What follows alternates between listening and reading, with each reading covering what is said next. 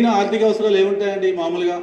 ఒకటి, మీ ఇంట్లో ఏదైనా ఎవరికైనా సుస్థి చేస్తే అప్పుడు డబ్బులు అవసరం అవుతాయి. దానికి 68J అని మనకి లోన్ ఇస్తారు కదా, అడ్వాన్స్ ఇస్తారు. మీకు తెలిసి ఉంటే చాలామంది అప్లై చేసి ఉంటారు. 68J తర్వాత మీకు ఎప్పుడైనా ఇంట్లో పిల్లలకి మ్యారేజ్ అయినా లేదా పోస్ట్ మెట్రికల్ ఎడ్యుకేషన్ అయినా కూడా మీకు ఇందులోంచి PFలోంచి విత్డ్రా చేసుకోవచ్చు.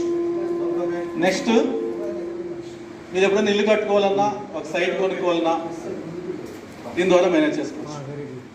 ఇంకొకటి పెన్షన్ స్కీమ్.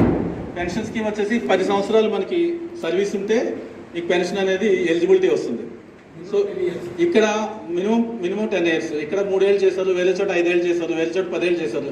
ఇప్పుడు యూఏఎన్ అని మీకు యూనివర్సల్ అకౌంట్ నెంబర్ వస్తుంది కాబట్టి ఆ అకౌంట్ నెంబర్ ద్వారా మీరు ఎక్కడికి వెళ్ళినా కానీ మీ సర్వీస్ని, అమౌంట్ని ట్రాన్స్ఫర్ చేసుకోవచ్చు.